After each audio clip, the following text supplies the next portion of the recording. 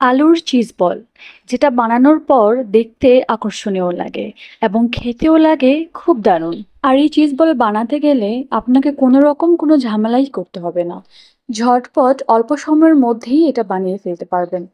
প্রতিদিন একইভাবে আলুর চপ তৈরি না করে সেম উপকরণে এরকম ক্রিসপি চিজ বল আপনারাও বানিয়ে ফেলতে পারবেন। এই চিজ বলটা বাচ্চা থেকে বড় সবারই খুব ভালো লাগবে। আজকের এই চিজ বল বানাতে আমার 2টা আলু দিয়েই হয়ে গেছে। প্রথমেই আমি 2টা সিদ্ধ করা আলু গরম থাকা অবস্থায় খুব ভালোভাবে ম্যাশ করে নিয়েছি। দিয়ে দিচ্ছি পরিমাণ মতো লবণ, দিয়ে দিচ্ছি হাফ চা চামচ পরিমাণে কালো গোলমরিচের গুঁড়া। টেস্টটা একটু বাড়ানোর জন্য আমি 1 চা চামচ পরিমাণে চাট মশলা দিয়েছি, আপনারা চাইলে এটা স্কিপ করতে পারেন। দিয়ে দিচ্ছি হাফ চা চামচ পরিমাণে চিলি ফ্লেক্স। এখন প্রায় 1/4 কাপের মতো দিয়ে দিলাম কর্নফ্লাওয়ার। সবগুলো উপকরণ খুব ভালোভাবে একসাথে মিক্সড করে নিচ্ছি। ভালোভাবে মিক্সড হয়ে গেলে বাকি উপকরণগুলো রেডি করে নিচ্ছি। এবার একটা বাটিতে হাফ কাপের মতো ময়দা নিয়েছি, দিয়ে দিচ্ছি পরিমাণ মতো লবণ, দিয়ে দিচ্ছি 1/4 টিস্পুন কালো গোলমরিচের গুঁড়া, দিচ্ছি 1/4 টিস্পুন লাল মরিচের গুঁড়া। এইবার নর্মাল টেম্পারেচারের পানি দিয়ে আমি একটা লিকুইড বেটার তৈরি করে নিব। এই বেটারটা খুব একটা পাতলা বা খুব বেশি ঘন হবে না, মোটামুটি ঘন একটা বেটার হবে। খেয়াল রাখতে হবে বেটারটা যেন খুব স্মুথ হয় এবং কোনো প্রকার কোনো লাম্পস যেন না থাকে। দেখতেই পাচ্ছেন কোটিং এর জন্য আমার ব্যাটারটা তৈরি করা হয়ে গেছে। আজকের পটেটো চিজ বলগুলো তৈরি করার জন্য এখানে আমি নিয়ে নিয়েছি মজারেলা চিজ। মজারেলা চিজগুলোকে আমি এরকম ছোট এবং কিউব করে কেটে নিয়েছি। এখন আমি পটেটো বলগুলো তৈরি করে নিব। একটুখানি আলুর পুর আমি হাতে নিয়ে নিচ্ছি, মাঝ বরাবর একটু গর্ত করে এর মধ্যে একটা চিজ দিয়ে দিচ্ছি। আপনারা এখানে আপনাদের পছন্দ মতো মজারেলা চিজ ছাড়াও অন্য যে কোনো চিজ ইউজ করতে পারেন। চিজটা দিয়ে বলের চারপাশের এই মুখগুলো এইভাবে বন্ধ করে দিব। এরপরে খুব সুন্দর করে গোল করে একটা শেপ করে নিব।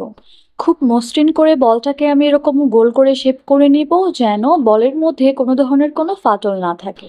বলগুলা তৈরি করার সময় যদি কোনো ফাটল থাকে তাহলে কিন্তু তেলে ভাজার সময় বলগুলা ফেটে ভেতর থেকে চিজটা বের হয়ে আসবে। সবগুলো বল আমি বানিয়ে নিয়েছি।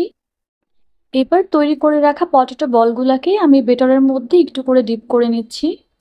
পরের কোটিংটা করব আমি ব্রেড ক্রাম্বস দিয়ে। আপনারা চাইলে কিন্তু এখানে টোস্ট বিস্কিটের গুঁড়া বা পাউরুটির গুঁড়া দিয়েও কোটিংটা করতে পারেন। বেটার এবং ব্রেড ক্রাম্বস 2টা দিয়েই খুব ভালোভাবে কোটিং করে ট্রাই করবেন। ঠিকমতো কোটিং করা গেলে ভাজার সময় আলুর ভেতর থেকে চিজটা বের হওয়ার আর কোনো চান্স থাকে না। সবগুলা চিজ বল আমি এভাবে তৈরি করে নিয়েছি, এবার শুধু ভাজার পালা। চুলায় একটা প্যানে আমি পরিমাণ মতো তেল দিয়েছি গরম হওয়ার জন্য। তেলটা গরম হয়ে যাওয়ার পর আমি একে একে সবগুলা চিজ বল দিয়ে দেব।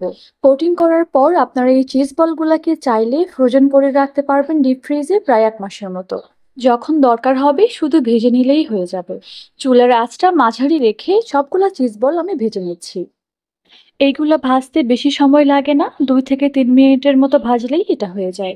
উপর থেকে যখন এরকম ক্রিস্পি এবং কালারটা খুব সুন্দর আসে ঠিক তখনই আমি বলগুলাকে নামিয়ে নেব।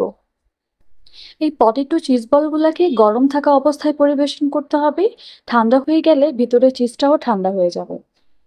গরম গরম ক্রিস্পি আর চিজি পটেটো চিজ বল দেখতেও খুব আকর্ষণীয়, খেতেও খুব মজা। চেষ্টা করেছি খুব সহজভাবে রেসিপিটি শেয়ার করার জন্য। আশা করছি রেসিপিটি আপনাদের কাছে ভালো লেগেছে। ভালো লাগলে লাইক, কমেন্ট, শেয়ার দিতে ভুলবেন না। Thanks for watching.